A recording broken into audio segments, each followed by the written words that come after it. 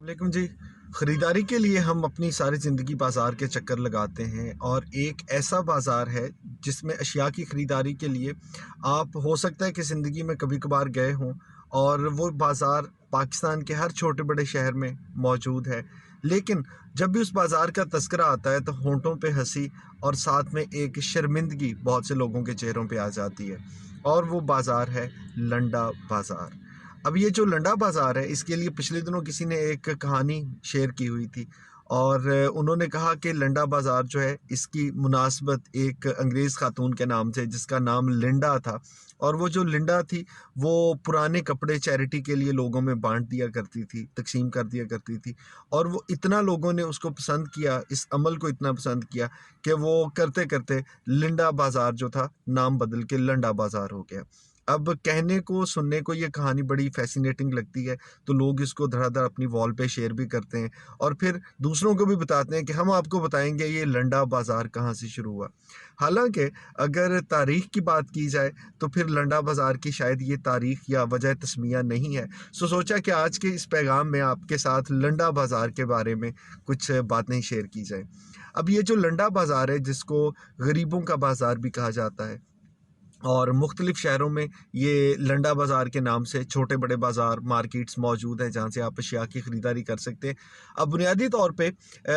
एक तो ये जान लें कि इसका किसी अंग्रेज़ ख़ातून लिंडा से कोई लेना-देना नहीं है और ये कहानी मनगढ़ंत है। हाँ, ऐसा है कि पूरी दुनिया में ख़ास तौर पे वो जो जिसको हम कहते हैं कि डेवलप्ड कंट्री है, जब उनके पास कुछ अशिया वाफ़र हो जाती हैं या वो चैरिटी करना चाहते हैं, तो वो चीज़ें जो हैं वो दूसरे ममालिक को भिजवा दी जाती हैं। अब इसके लिए एक मिथ जो हमने हमेशा सुनी थी वो ये थी कि चूँकि भई अंग्रेज़ों के पास पैसे बड़े होते हैं और अगर आपने वहाँ पे कपड़े धुलवाने हैं, ड्राई क्लीन करवाने हैं, तो इतने पैसे लग जाते हैं कि लोग जो हैं वो 1, 2, 3 बार कपड़े पहनते हैं और उसके बाद उन कपड़ों को फेंक देते हैं। और सच में ऐसा ही लफ़्ज़ इस्तेमाल किया जाता था कि कपड़े फेंक दिए जाते हैं और फिर वो गरीब ममालिक में आ जाते हैं। हालाँकि बुनियादी तौर पे जो लंडा बाज़ार है लाहौर का, जो पाकिस्तान का सबसे कदीम लंडा बाज़ार जिसको कहा जाता है, वो 1954 में बना और जो लंडा बाज़ार में एक जिसको कहते हैं ना कि मुआशी सरगर्मी जिसको बहुत ज़्यादा बढ़ोतरी मिली, वो साल था 1970 के बाद का।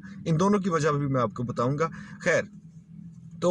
आगाज़ में इसका नाम जो था, चूँकि इसमें बैरून मुल्क से लाए हुए अंग्रेज़ों के जो कपड़े थे वो आम तौर पे या उनकी जो चीज़ें डोनेट की हुई वो बेची जाती थी, तो उस वजह से पहले इसका नाम लंदन बाज़ार रखा गया और लंदन बाज़ार जो था वो बाद में बिगड़ते-बिगड़ते लंडा बाज़ार बन गया। अब होता कुछ यूँ है कि पूरी दुनिया में जब चैरिटी के लिए लोग अपनी अशिया और ख़ास तौर पे कपड़े देते हैं, तो वो ऐसा नहीं होता कि वो कपड़े जो हैं वो सड़कों पे फेंक दिए जाते हैं, बल्कि जो चैरिटी जो वेलफेयर के लिए काम करने वाली तंजीमें हैं, वो बाकायदा ऐलान करती हैं और लोग उनके जो मुकर्रर करदा दफ्तर होते हैं या जो पॉइंट होते हैं, वहाँ पे उन कपड़ों को रख देते हैं। अब वहाँ से इन कपड़ों को उठाने के बाद ये पूरी दुनिया में एक बहुत बड़ा कारोबार है, बहुत बड़ी-बड़ी कंपनीज़ जो हैं, वो इस कारोबार के साथ मुंसलिक हैं। वहाँ से उन चीज़ों को उठाया जाता है, फिर उनको असॉर्ट किया जाता है कि अच्छा इसमें कौन-सी ऐसी जैकेट्स हैं, इसमें कौन से हैं जो शर्ट्स हैं, कौन से हैं जो कि ट्राउज़र हैं और कौन सी ऐसी जूते हैं। सो उन सब की अलहदा-अलहदा से लॉट बनती है। कुछ कंपनीज़ ऐसी हैं जो कि बहुत अच्छा सामान पैक करती हैं और जिनका आप कह सकते हैं कि क्वालिटी भी ग्रेड वाइज़ बहुत अच्छी होती है। तो उन कंपनीज़ को फिर ज़्यादा कीमत मिलती है, इनकी बाकायदा एक लॉट बनाई जाती है और उसके बाद इनकी ऑक्शन होती है। और उस ऑक्शन में खरीदने के बाद वहाँ के जो एजेंट हैं, वहाँ के जो कारोबारी हज़रात हैं, वो इसको पूरी दुनिया में मुख्तलिफ़ ममालिक में भेज देते हैं, जहाँ से बाकायदा इनको कपड़ों को और दूसरी अशिया को आगे से ख़रीदा जाता है और ख़रीदने के बाद फिर इसको मार्केट पे किसी कीमत पे फ़रोख्त किया जाता है।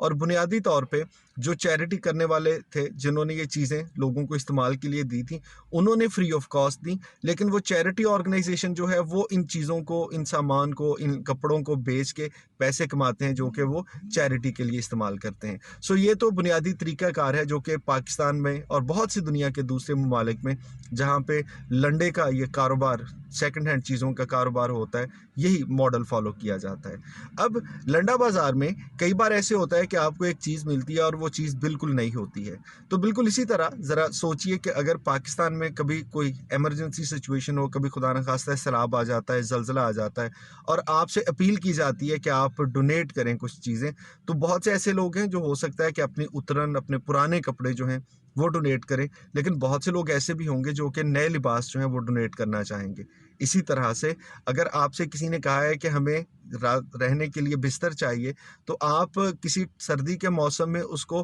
पुराने वाली रज़ाई भी दे सकते हैं और अगर आपका जी चाहे तो आप घर में से कोई नई रज़ाई भी निकाल के दे सकते हैं। सो बहुत से ऐसे अशिया होती हैं जो कि बिल्कुल नई अच्छी हालत में होती हैं, उनको भी चैरिटी कर दिया जाता है। और इसके साथ-साथ कुछ गारमेंट्स बनाने वाली कंपनीज़ ऐसी हैं कि जब उनके पास कुछ लेफ्ट ओवर पड़ा होता है, तो वो उसको ज़ाया करने की बजाय, किसी अपने आउटलेट पर बेचने की बजाय, किसी और ठेकेदार को देने की बजाय, वो भी चैरिटी वालों के हवाले कर देती हैं और इसी तसव्वुर से कि ये वेलफेयर का काम है और फिर उसके आगे वो पैक होके हमारे जैसे ममालिक में आ जाती है। सो लंडा जो है ये बुनियादी तौर पर एक बहुत बड़ी चेन है और बहुत सी पूरी दुनिया में फैले हुए इस कारोबार में आप जो तरक्की याफ्ता ममालिक है वहाँ से चीज़ें लेते हैं और जो गैर तरक्की याफ्ता या तरक्की पजीर ममालिक हैं वहाँ पर इनको भेज देते हैं। सो ये तो थी लंडा बाज़ार की कहानी, लेकिन इसके साथ चूँकि सर्दी का मौसम भी शुरू होने वाला है, तो एक गुज़ारिश ये है कि एक छोटे-सा फ़लसफ़ा है, अगर आप और हम उस पे काम करें, मैंने उसको पिछले कुछ सालों से अपनाया